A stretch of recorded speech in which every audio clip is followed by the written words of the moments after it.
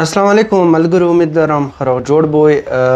تور پل سره کوم امبولانس ولاړ دي هغوی حقیقت څه دی؟ آیا د ویلې نه پرېږدي څه وجه دی؟ دې حوالې سره یو څو معلومات ضروري ګڼم چې تاسو ته ډېر کوم.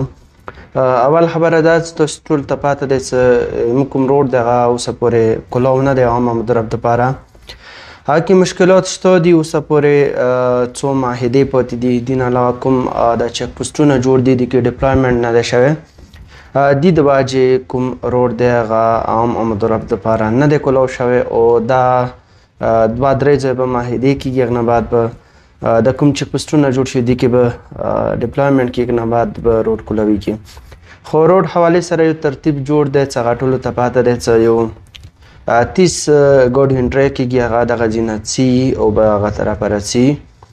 دغه 30 ګاډو کې څه څوک کیني هغوی ځینې کسان به دا ویډیو اوري، هغوی ته څه مسله نشته، هغه ټیک ټاک تللی شي راتلی شي او ډېر دی ودروي نه. خو بیا ځینې داسې کسان چې هغه خپله طرفه راوځي کوم لیست دی هغه نه بغیر، یعنې اوس یا نن سبا وخت کې لیستونه شته دي چلیږي. بیا هغوی ته مختلف قسم ته مشکلات وي، مسالې وي.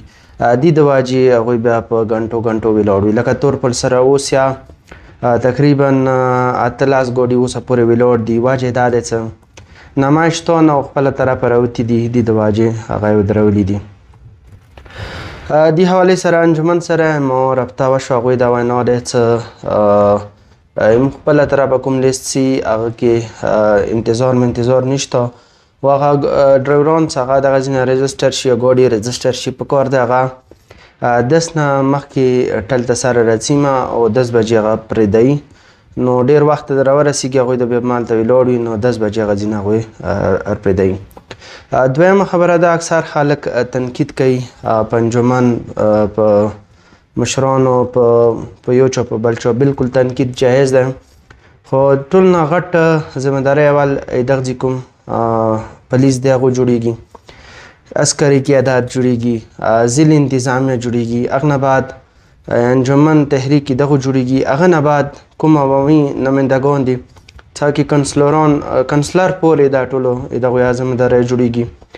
دین علاوه کوم جوانان دي دوی جوړیږي، سوشل میډیا پکار دی، باو ماو دغه ټیک ټاک یو څه بل څه په دغو شیانو ما ریسک کوئ. پکار د خپل حقوقو دپاره آواز اوچت کوئ، خپل روډ دپاره، خپل ایجوکیشن دپاره، خپل تعلیم دپاره.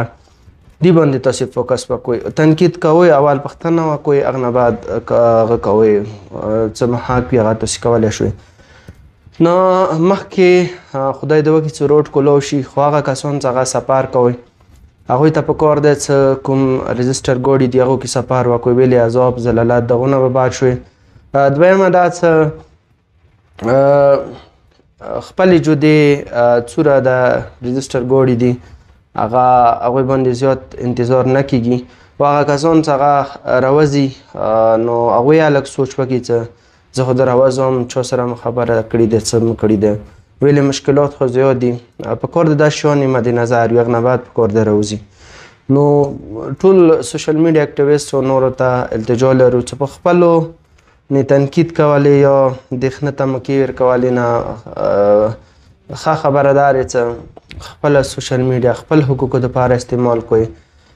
چا باندې تنقید کیدونکي پکار یې هغې وکوئ، چا ذمهداري جوړیږي پکار د هغه ته ګوته سیخه کوئ. ډېره مهرباني.